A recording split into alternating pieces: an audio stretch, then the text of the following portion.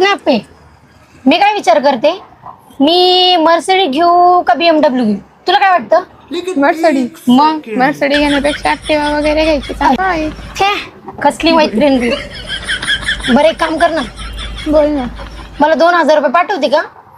ते काल ना माझा EMI बाउन्स झालं ग आयफोनचा. 2,000 काय धरले तर मला 2 रुपये नाहीत बघायला आणि तू 2,000 मागते बिन गायच्यावानी. तुला काय वाटतं घ्यावा ना मी? मर्सिडीज आहे व्हय पैसा तुझ्याकडे एवढा? अरे मोकार पैसा आहे. तुला माहिती मी असल्या ठिकाणी चहा पण पित नाही. इथं काय आलं माहिती मी? हा. काय आले बोल बर.